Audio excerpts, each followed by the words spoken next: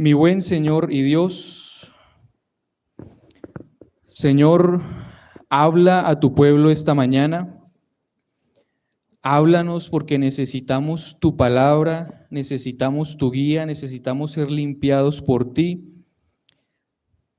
Necesitamos ser confrontados y que expongas y traigas a la luz nuestro pecado, nuestros yerros, nuestras faltas contra ti, para que podamos hallar en Cristo la gracia y el socorro para no pecar más y no ofenderte más. Padre, asísteme para que hable lo que sea tu voluntad y tu palabra escrita a tu pueblo. Úsame a pesar de mis muchas limitaciones.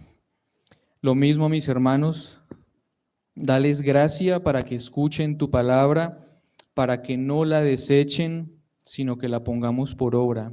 Ayúdanos a andar delante de ti con temor de ti y en obediencia. Señor, estamos en tus buenas manos, que eres el Rey y Pastor de esta iglesia, en Cristo Jesús. Amén. Entonces, hablando sobre el examencito que obligados tenemos que hacer a fin de año, como les conté, yo lo estaba haciendo y yo dije, este año parece que cumplí varias metas o parece que tuve varios logros de los cuales podría jactarme. Por ejemplo, en enero fui ordenado como anciano gobernante de la iglesia. Viajé a la brigada misionera, visité a la parentela. Después supimos que estábamos embarazados. Después mi esposa se graduó de la universidad. Después yo me gradué de la universidad. Después supimos que era un varón, Jeremías. ¡Cuánta felicidad!, ¿verdad? Y podríamos sumar un largo etcétera de cosas que compramos, lugares que visitamos. Posiblemente la lista de ustedes incluye puntos similares, tal vez añadan carro nuevo, tal vez añadan casa nueva, viajes y lugares nuevos que visitaron y conocieron, pero en verdad, como dice el apóstol Pablo, eso no es más que la gloria de la carne, mis hermanos. Y yo me puse a meditar y a pensar, ¿de qué me sirve todo eso? ¿Qué de eso puedo sostener aquí en mi mano en este momento? Absolutamente nada. Pero eso no es un pensamiento nuevo. ¿Saben quién también pensó de esa manera? El apóstol Pablo. Busquen Filipenses, por favor, capítulo 3. Filipenses, capítulo 3. Yo creo que hoy el sermón se extiende como hasta las 12:30, mis hermanos. Ténganme paciencia. Filipenses, capítulo 3, y acompáñenme y síganme en la lectura de los versículos 4 hasta el 6. Filipenses 3, del 4 hasta el 6. Posiblemente esto lo escribió el apóstol Pablo la tarde de un 29 de diciembre, cuando estaba reflexionando y dijo, aunque yo tengo también de qué confiar en la carne, si alguno piensa que tiene de qué confiar en la carne, pues yo más. Vean los logros del apóstol Pablo: circuncidado al 8º día, del linaje de Israel, de la tribu de Benjamín, hebreo de hebreos, en cuanto a la ley, fariseo acérrimo, en cuanto a celo, perseguidor de la iglesia, en cuanto a la justicia que es en la ley, irreprensible. Amplia lista de logros del apóstol Pablo, ¿verdad? Ahora veamos junto con el apóstol Pablo el valor que él le dio a todos sus logros, a todos sus proyectos y propósitos y objetivos y metas, lo mismo que nosotros. En el 7, ayúdenme todos. Pero cuántas cosas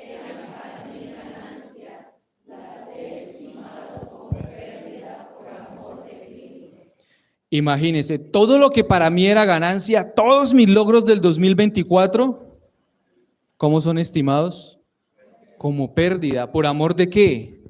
De Cristo, continúa Pablo diciendo, y ciertamente aún estimo todas las cosas como pérdida por la excelencia del conocimiento de Cristo Jesús, mi Señor, por amor del cual lo he perdido todo y lo tengo por basura para ganar a Cristo. Y concluye en el 10 diciendo, a fin de conocerle y el poder de su resurrección y la participación de sus padecimientos, llegando a ser semejante a él en su muerte. Todo lo que Pablo había conseguido por sus propias fuerzas, todo lo que él había conseguido sin Cristo, no tiene absolutamente ningún valor, mis hermanos.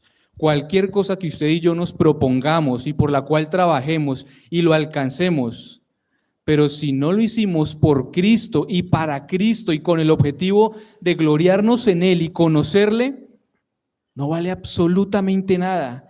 Su preciosa casa, su carrito tan luchado, mi hermano, no tiene ningún valor, absolutamente nada.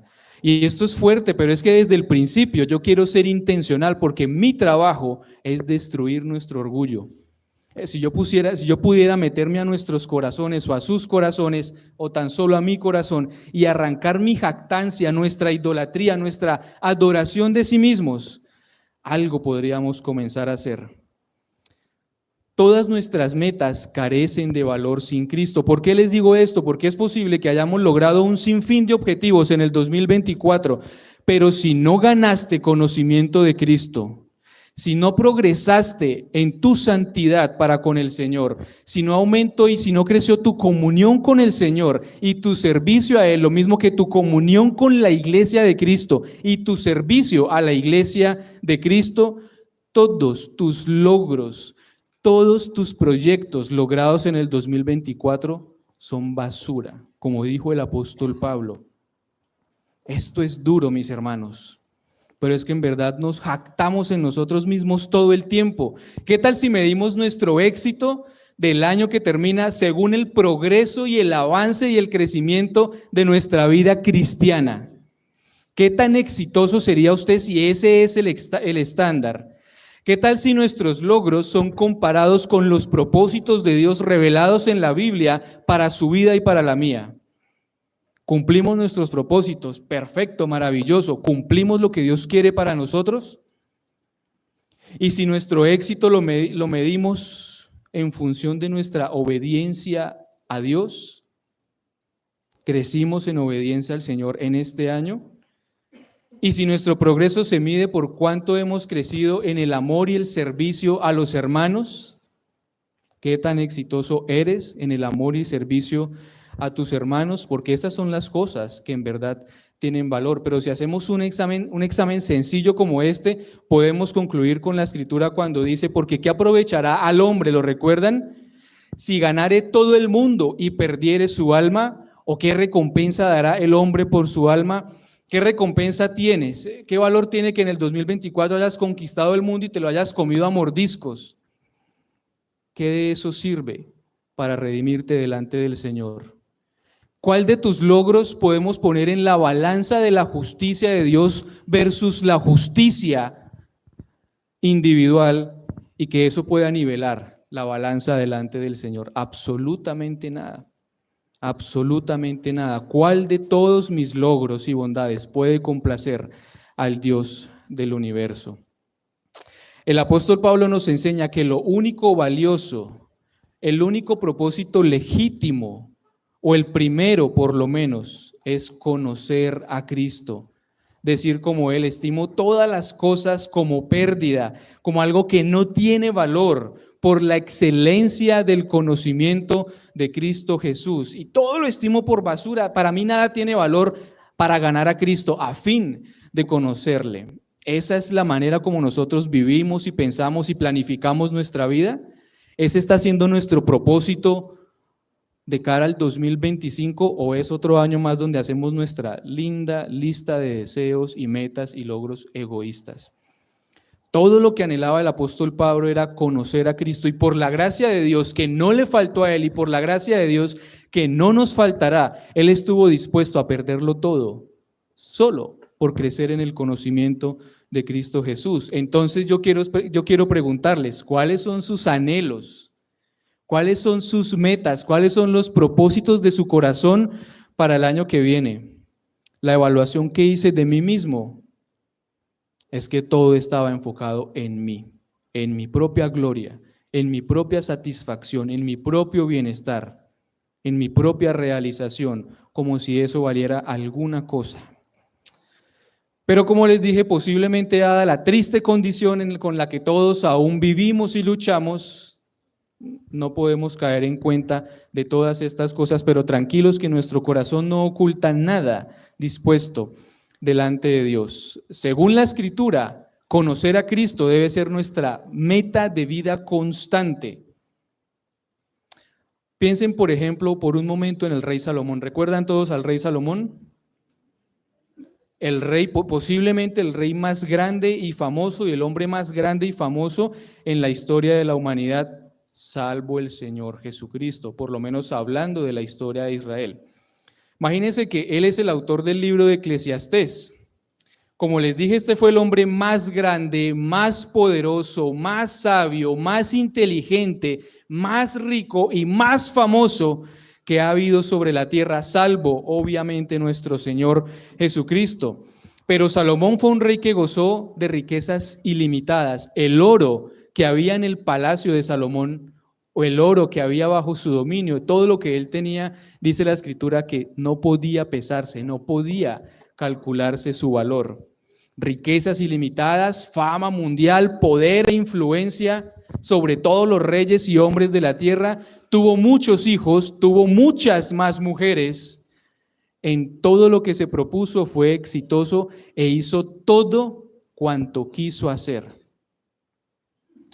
Pero el hombre se pervirtió y adoró a otros dioses. Sin embargo, resulta que en el final de su vida, un día, adivinen, un 29 de diciembre, el hombre se sentó a reflexionar. Y vamos a ver en Eclesiastés la conclusión a la que Salomón llegó. Eclesiastés capítulo 12, versículo 8.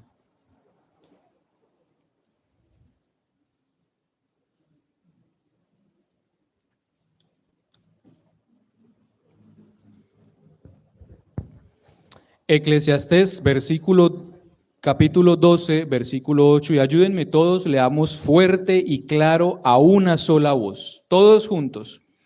Vanidad.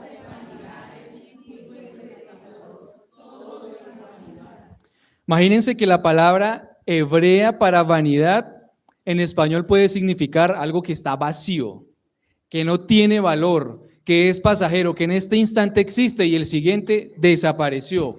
Pero sobre todo algo que es insatisfactorio, que no trae satisfacción para el alma.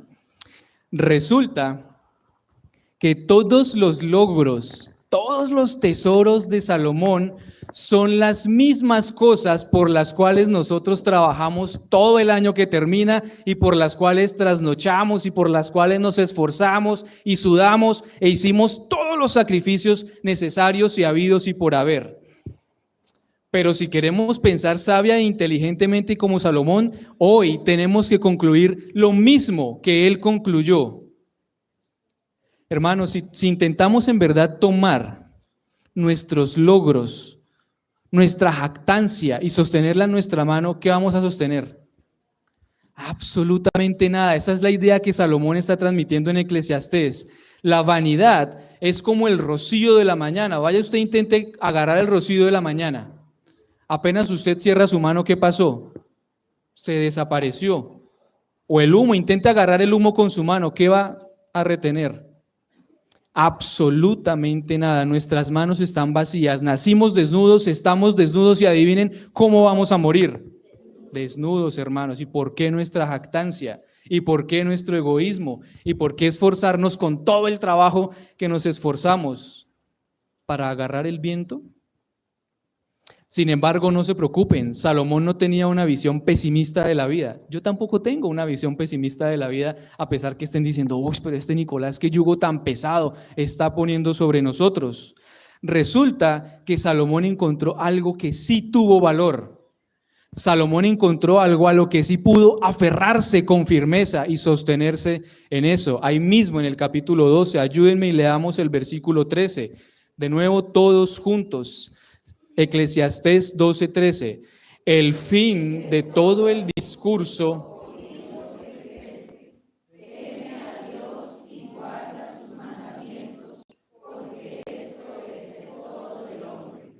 ¿Ustedes saben cómo podría resumirles ese sermón? Teman a Dios y guarden sus mandamientos. ¿Ustedes saben cómo podría resumirles su 2025, mis amados? Teman a Dios y guarden sus mandamientos. Me gustaría complementarlo con lo que dijo Pablo. Conocer a Cristo, temer a Cristo y guardar sus mandamientos. ¿Usted tiene una lista de metas, de propósitos o de proyectos para el otro año? Esto debe ser lo primero y lo que le dé sentido a todo lo demás, a partir de lo cual surjan todas sus demás metas y objetivos. Conocer a Cristo, temerle y obedecer sus mandamientos, guardar sus mandamientos. Es una propuesta radical y necesitamos entender que necesitamos ser radicales en la lucha contra nuestro pecado y en la lucha contra nuestro propio egoísmo. Vamos a ir a la Escritura para ver el ejemplo de alguien que también estaba un 29 de diciembre reflexionando y se dio cuenta que su vida no estaba haciendo lo que Dios quería. Ustedes acaban de leer la historia del rey Josías, ¿verdad? Segunda de Reyes, por favor, capítulo 22. Ubíquense ahí porque vamos a estar un ratico en ese capítulo.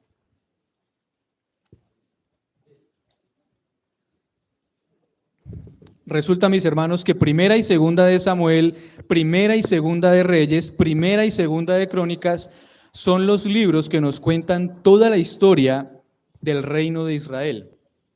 Especialmente primera y segunda de Reyes inician con los últimos días de la vida del rey David, el rey que por fin unificó las 12 tribus bajo un solo gobierno, y concluyen con la destrucción de Israel en el norte y de Judá en el sur, con la cautividad asiria de Israel y babilónica de Judá. La muerte de David fue más o menos en el año 970 antes de Cristo, y el último de sus hijos se sentó en el trono de Jerusalén, en Judá, más o menos en el año 586 o 587 antes de Cristo. Resulta que David tuvo un hijo que se llamó Salomón, y este Salomón, de quien ya les hablé, por adorar a otros dioses, recibió como juicio del Señor que el reino sería dividido. Salomón muere y su hijo Roboán se comportó como un necio y causó la división del reino. Él quedó como rey en Jerusalén sobre 2 tribus, las tribus de Judá y Benjamín. Y el líder de la rebelión, Jeroboán, se fue a reinar sobre las 10 tribus restantes en el norte. Eso fue más o menos en el año 930 antes de Cristo. Resulta que en ese reino del norte hubo 19 reyes hasta que vinieron los asirios y los destruyeron y los llevaron cautivos a ese país. 19 reyes, ninguno de ellos un hijo de David. Y adivinen cuántos de esos 19 reyes sirvieron al Señor.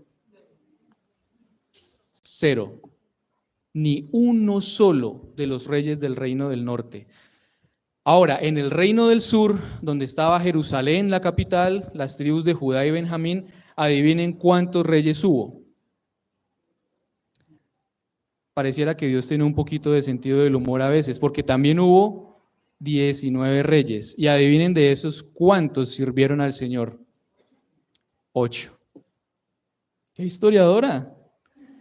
8 de esos reyes, pero si sumamos los 19 de ambos reinos, en total hubo 38 reyes sobre el pueblo de Dios, y solo 8, ni siquiera una cuarta parte, temieron y sirvieron al Señor. Tanto así que por la perversión del pueblo, por su idolatría, el pueblo de Dios fue juzgado por Dios mismo a causa de los pecados que cometieron por haber olvidado el pacto con Dios, porque no le conocieron y porque no guardaron sus mandamientos.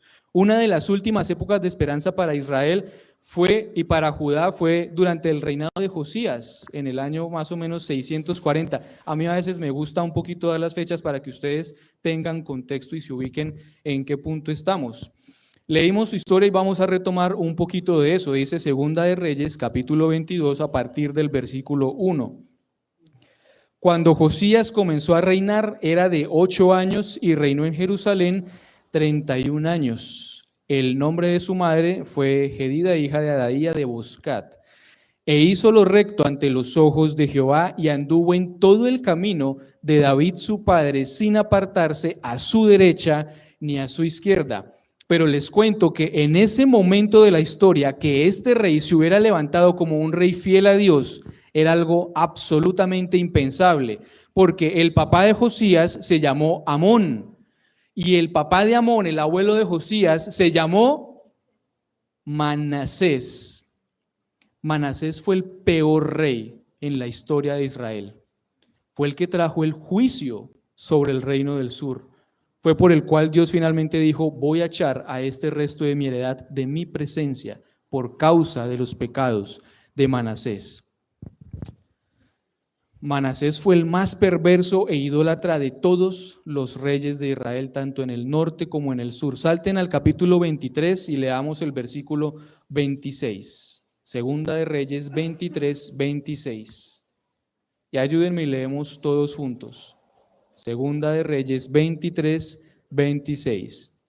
Con todo eso,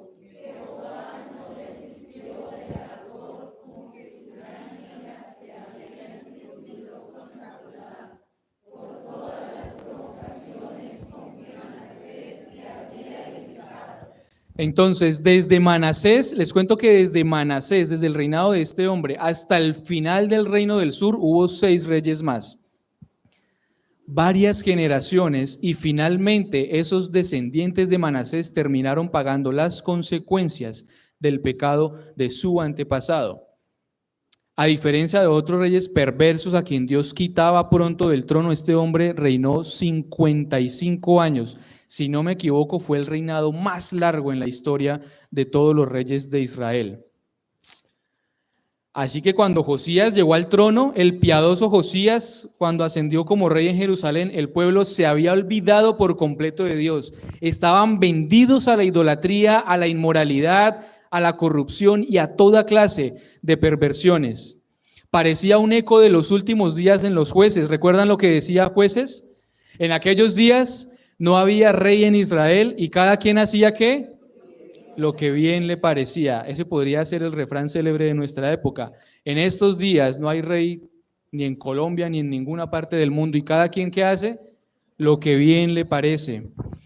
Pero un día, como les conté, posiblemente un 29 de diciembre por la tarde, Josías estaba meditando. Él había encargado la reparación del templo de Dios, que en ese momento era el templo de los Baales, el templo de las diosas de Acera y el templo de todas las deidades paganas de los pueblos vecinos de Israel. Y estaba profanado con ídolos, prostitución y sacrificios, inclusive de los hijos, en el templo del Señor construido por Salomón.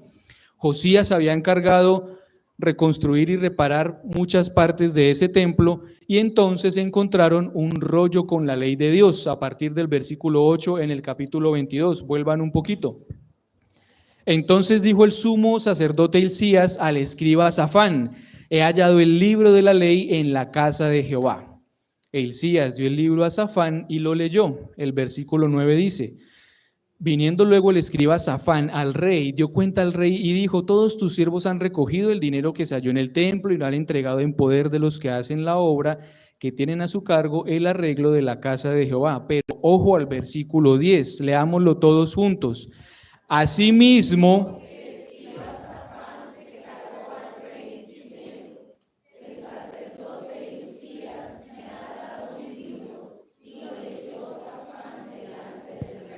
muy seguramente este libro de la ley contenía los 5 primeros libros, desde Génesis hasta Deuteronomio, y se lo leyeron todo al rey Josías.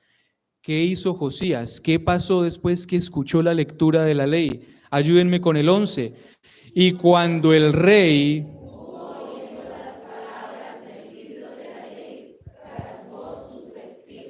Imagínense, hermanos, este rey que nunca había escuchado de sus padres ni de sus antepasados el nombre del Señor, que creció en la época más oscura de Israel, reinaba el pecado por doquier y abundaba la corrupción y la perversión en el ambiente. Solo necesitó escuchar la lectura de la bendita palabra de Dios para caer como muerto en tierra. Esa expresión, rasgarse las vestiduras, se usaba para demostrar un dolor tan grande como la muerte quizá de un hijo o como la certeza de una muerte y destrucción inminente. Al escuchar la ley de Dios, el rey Josías se sintió morir. ¿Por qué? ¿Qué puede hacer que sintamos que nuestra vida no tiene ningún valor y que está a punto de terminar? ¿Qué puede hacer que sintamos tal sensación de desespero y culpabilidad que sepamos que la muerte es lo único justo que merecemos en ese preciso instante? La respuesta está en el versículo 13. Id y preguntad a Jehová por mí y por el pueblo y por todo Judá acerca de las palabras de este libro que se ha hallado. ¿Por qué? Ayúdenme desde ahí. Porque grande es...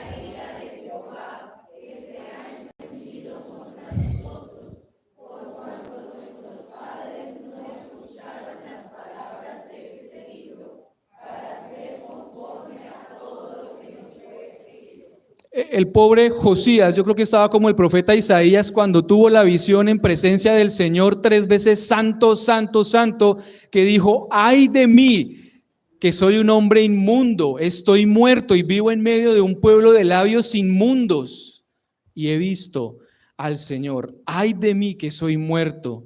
Posiblemente fue la misma sensación que experimentó Josías porque entendió que grande es la ira de Jehová que estaba encendida contra él y todo su pueblo, porque desde sus padres y ellos mismos no habían hecho nada de lo que estaba escrito en el libro de la ley. Mis hermanos, pecar contra el Señor es nuestra mayor tragedia. Cada uno de los pequeños pecados con los que ofendimos al Señor el año que terminó son nuestra mayor tragedia y pérdida y deben ser nuestra más grande causa de duelo, dolor y tristeza delante del Señor, porque lo olvidamos, porque lo desconocimos, porque lo deshonramos, porque lo traicionamos, porque lo ofendimos. Olvidarnos de Dios y su palabra es nuestra mayor pérdida. Es como si estuviéramos muertos. Nuestra vida no tiene sentido si no estamos cerca a Cristo y haciendo su voluntad. Seguramente Josías, como les dije, escuchó toda la lectura desde Génesis hasta Deuteronomio, pero vamos a Éxodo, lo que ya leímos hace un rato, para ver una muy corta síntesis o una fracción de la ley de Dios. En Éxodo capítulo 20.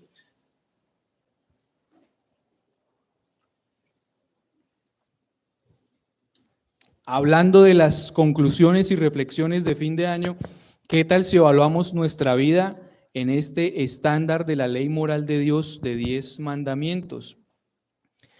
Vea, por ejemplo, el primer mandamiento: no tendrás dioses ajenos delante de mí.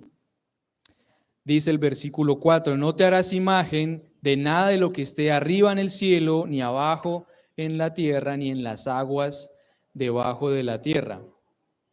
No tomarás el nombre de Jehová tu Dios en vano. ¿Cuántos de ustedes que están aquí se identifican como cristianos? ¿Cuántos dicen yo soy cristiano? Tomamos prestado de Cristo su nombre, ¿verdad? ¿Y qué pasa cuando pecamos contra Él? Estamos tomando su nombre en vano, estamos blasfemando su nombre que es 3 veces santo. Ayúdenme para leer la primera frase del versículo 8, todos juntos. Acuérdate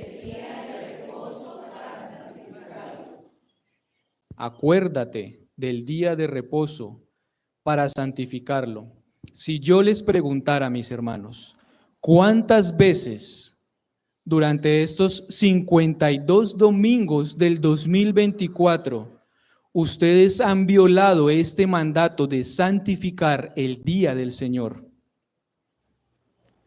¿Por cuáles de tus dioses ajenos delante de Jehová cambiaste el día del Señor? Cuando se describían los dioses a los cuales el pueblo de Israel se había vendido para adorarlos, cuando los nombraban decían el abominable Dios Baal tal, el perverso Dios ta ta ta ta ta ta, el miserable Dios, y lo nombraban. ¿Qué tal si nombramos algunos de esos nuestros miserables y abominables dioses? Cambiamos el día del Señor y dejamos de honrar a Dios por el miserable Dios Paseo. Cambiamos el día del Señor por un familiar que nos visita y somos tentados a salir de paseo con él en lugar de traerlo a la iglesia, a la presencia del Señor y discipularlo, tratar de llevarlo a Cristo. ¿Acaso cambiamos al Señor por nuestro abominable Dios trabajo? por el jefe, le tememos más al jefe que al Señor Todopoderoso, por la empresa para la que trabajamos, por atender nuestro propio negocio, porque si no abro los domingos, pues el Señor me va a dejar morir de hambre. Estoy siendo muy duro, pero eso es lo que expresan nuestras acciones. Así de abominables son nuestros pecados delante del Señor, como si nos vendiéramos a los dioses que adoraban los israelitas por nuestro propio placer y bienestar. ¿Cuál es la imagen que nos hemos hecho de nosotros mismos, hermanos? Pero sobre todo, antes que cualquiera de nosotros en nuestro corazón quiera justificarse delante del Señor, yo siempre les pregunto, ¿cuál es la excusa que podemos presentarle al Señor para que Él nos diga, está bien, quedas absuelto por violar mis mandamientos? ¿Qué excusa tenemos delante del Dios 3 veces santo? ¿Qué le vamos a decir? El trabajo, el restaurante, el negocio, la familia, nosotros mismos, ¿qué le vamos a decir? ¿Qué recompensa vamos a dar por nuestras almas? ¿Cómo vamos a poder redimir esos pecados con los que ofendemos al Señor? Tremenda cosa, mis hermanos. Yo no quiero ser pesimista, ni fatalista, ni darles palo, pero quiero advertirles, porque no puedo ser como muchos falsos profetas que en los días de mayor perversión y corrupción de Israel decían paz, paz, y no hay paz. Yo necesito advertirlos. Pecamos contra el Señor y la paga del pecado es la muerte, mis hermanos. ¿Qué excusa presentó Josías? Ninguna. Miremos nuevamente Segunda de Reyes, capítulo 22. Y ayúdenme a leer el versículo 18.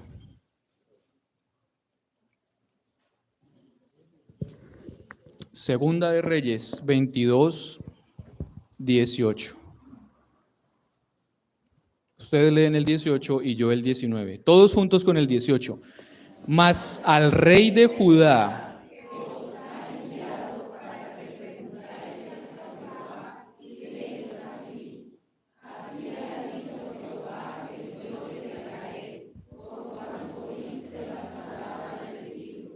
y tu corazón se enterneció y te humillaste delante de Jehová cuando oíste lo que yo he pronunciado contra este lugar y contra sus moradores, que vendrán a ser asolados y malditos, y rasgaste tus vestidos y lloraste en mi presencia, también yo te he oído, dice Jehová.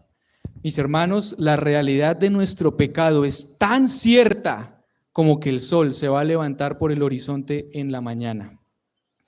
Pero también es doblemente cierta, si cabe la expresión, la palabra del Señor en los Salmos que dice, los sacrificios de Dios son el espíritu quebrantado. ¿Y qué sigue?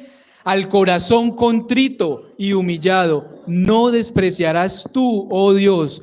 ¿Qué requiere Dios de nosotros cuando hemos pecado? Humillación y arrepentimiento delante de Él, igual que Josías, que nos humillemos, que lloremos por nuestras faltas contra Dios y que lo busquemos.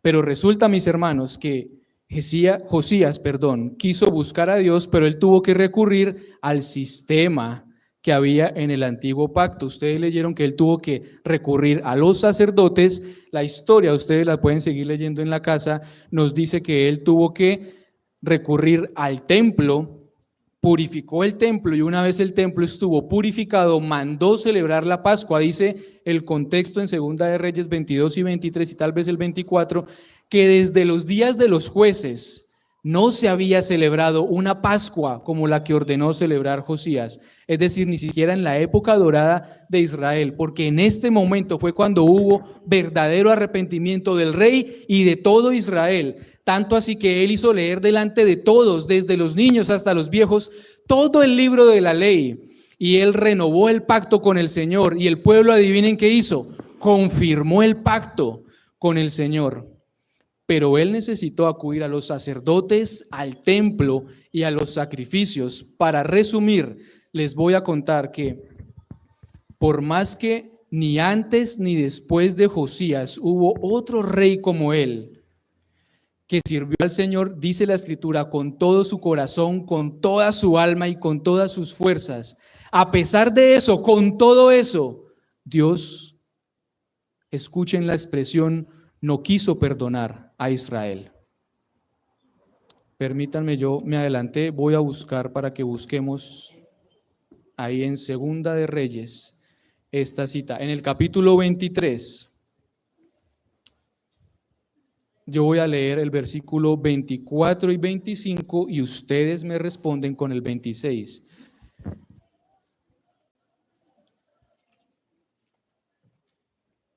Segunda de Reyes, capítulo 23, yo leo el versículo 24 y el 25 y ustedes el 26.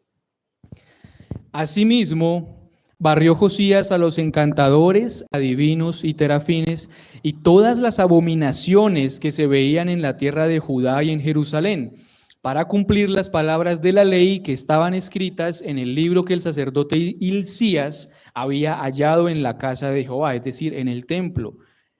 No hubo otro rey antes de él, antes de Josías, que se convirtiese a Jehová de todo su corazón, de toda su alma y de todas sus fuerzas, conforme a toda la ley de Moisés. Ni después de él nació otro igual. Juntos el 26. Con todo eso,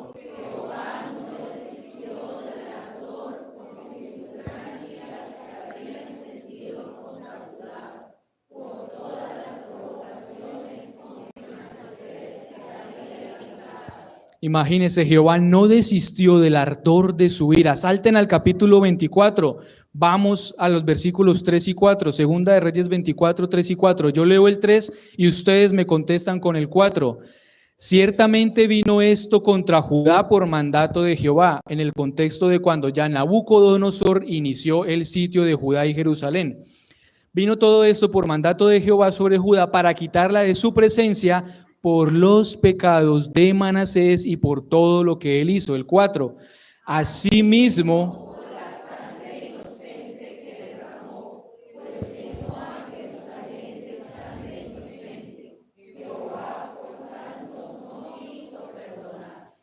¿se imaginan haber vivido ese momento de la historia de Israel y escuchar de la boca de Dios que diga, no los quiero perdonar? Eso fue lo que sufrieron los israelitas. Y todo esto está escrito para nuestra enseñanza, para que temamos al Señor. Resulta que efectivamente el juicio de Dios sobre Israel cayó sobre Israel. Pero resulta que el juicio de Dios sobre nosotros, pecadores, idólatras, abominables, que no somos nada mejor que Manasés, que no somos nada mejor que esas generaciones perversas de israelitas, el juicio de Dios que merecemos cayó sobre Cristo, mis hermanos. El juicio de Dios sobre mí cayó sobre Cristo en la preciosa cruz del Calvario. El juicio de Dios sobre cada uno de ustedes por la fe en Cristo cayó sobre él. Nosotros, gracias al bendito y misericordioso Dios, nunca vamos a escuchar que Él diga, no te quiero perdonar. Y nosotros no necesitamos acudir ni al templo, ni a los sacerdotes, ni a los sacrificios. ¿Por qué? Vamos a Hebreos capítulo 4, ya estoy concluyendo, les robo 2 minuticos. Hebreos capítulo 4. Para hacerlo más rápido, yo voy a leer y ustedes me siguen muy atentamente. Me ayudan solo cuando yo les indique.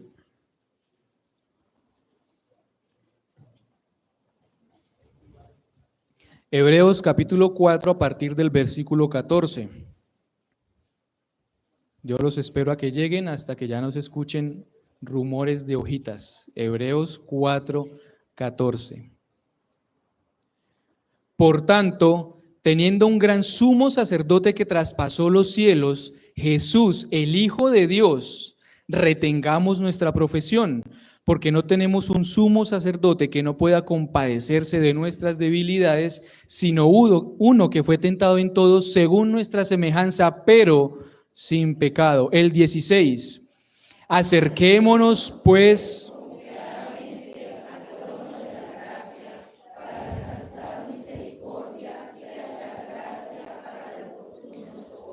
¿qué tenemos que hacer si hemos pecado? acercarnos confiadamente al trono de la gracia del Rey de Reyes, porque allí alcanzaremos misericordia y gracia para no pecar más. Podemos acercarnos al Rey de Reyes y a su trono de la gracia con la seguridad de que somos oídos, ya que Cristo es nuestro sacrificio ofrecido en el tabernáculo, pero no el terrenal, sino el celestial, cuyo sacrificio es eficaz una sola vez y hasta siempre y para siempre. Salten al capítulo 7, ya vamos a concluir. Hebreos 7 a partir del 22.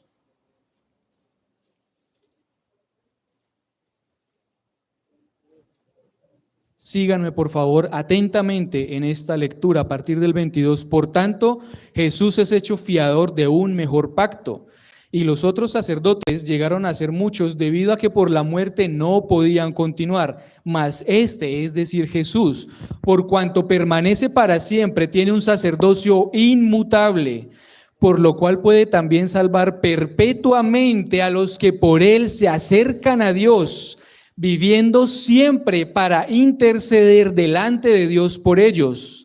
Porque tal sumo sacerdote nos convenía, santo, inocente, sin mancha, apartado de los pecadores y hecho más sublime que los cielos, que no tiene necesidad cada día, como aquellos sumos sacerdotes, de ofrecer primero sacrificios por sus propios pecados y luego por los del pueblo. Porque esto lo hizo una vez para siempre, ofreciéndose a sí mismo.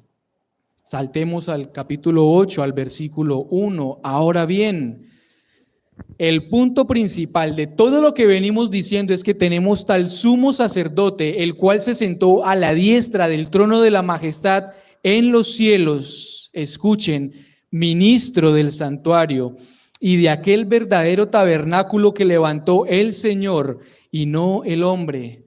Mis hermanos, cuando Josías pecó, ¿a quién tuvo que acudir? A los sacerdotes, al templo y a los sacrificios. Cuando usted y yo pecamos, ¿a quién podemos acudir?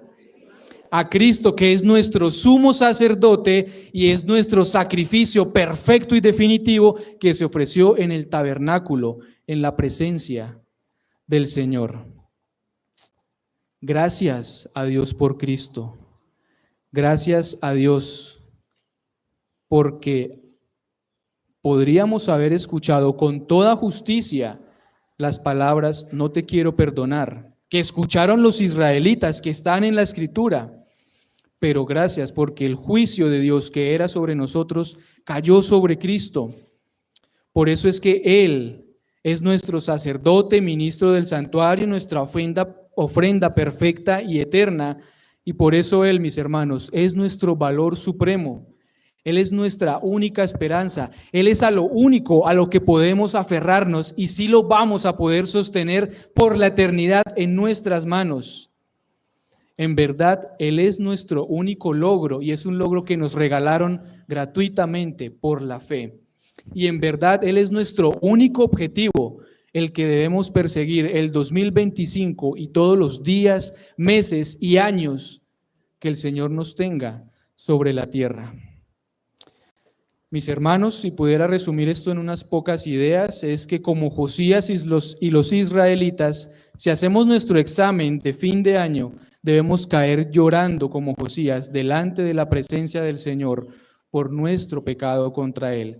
Pero a diferencia de ellos, aunque sin ser mejores que ellos, tenemos una esperanza que es Cristo, en quien recibimos el perdón total de todos nuestros pecados y la promesa de que Dios nunca más se acordará de ellos.